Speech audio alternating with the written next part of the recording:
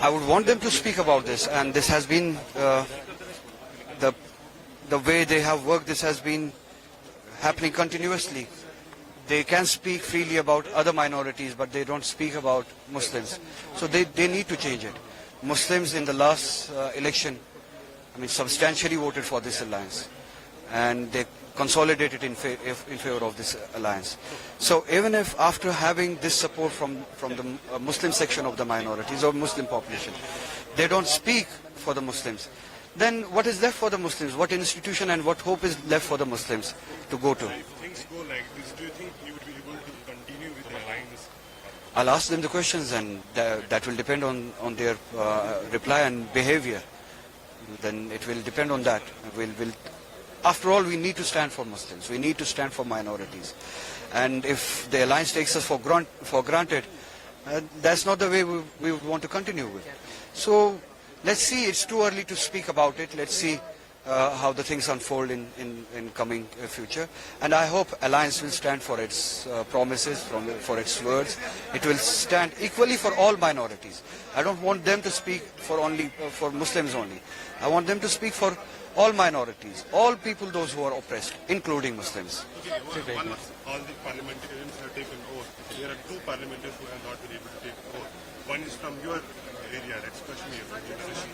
What would you like to tell about this? This government should allow him to take oath, and they should allow him to take part in the proceedings of the parliament. After all, the people of that constituency have appointed him, have elected him to represent them. He should be given a chance to represent them. Whatever the case is, court can parallelly, consider that case, run that case, but he should be allowed to take part in the proceedings. Without assembly for last 6 years.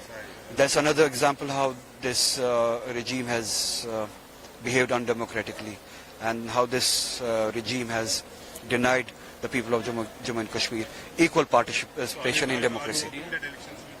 Let's see. I'm not sure because of the behavior of this regime. I'm not sure whether they will respect that direction from the court or not. But at least this mandate has given some teeth to the institutions, and I hope that this government will at this time respect the direction of the court and conduct the assembly elections in Jammu and Kashmir.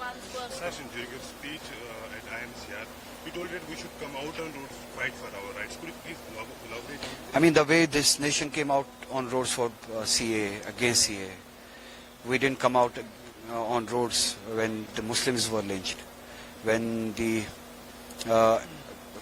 Muslim houses were bulldozed. We need to, at the same time, kind of a call for violence or something like coming out on roads, coming out on roads in protest is not violence. And if that is violence, Mahatma Gandhi was one of the biggest terrorists and one of biggest believers of violence. He came out on road in peace. This is a right in democracy, right of people in democracy. Peacefully come. Obviously, we believe in peace. It should be. It's a given. My father is assassinated by the terrorists. I don't believe in violence. Whenever I say protest, it is peaceful protest.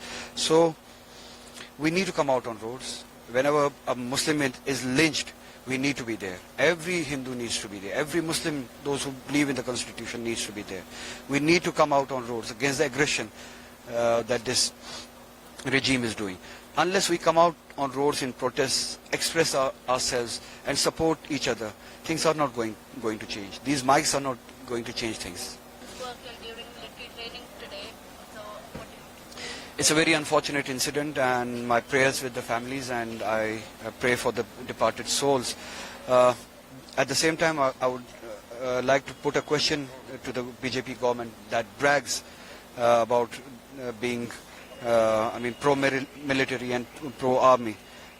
The infrastructure that they provide, the way they have been using these security personnel and the Jawans as objects for their electoral gains. The infrastructure and their claims, there's a huge gap between this. This gap should be filled. The military, this institution should not be used for electoral gains or sloganeering only. Their well-being should be taken care of. The infrastructure they live in, they work in, should be taken care of. And I hope that gains some traction with this incident. This is an unfortunate incident. I again pray for their souls and pray for the patients, and may their families find some peace. One last question.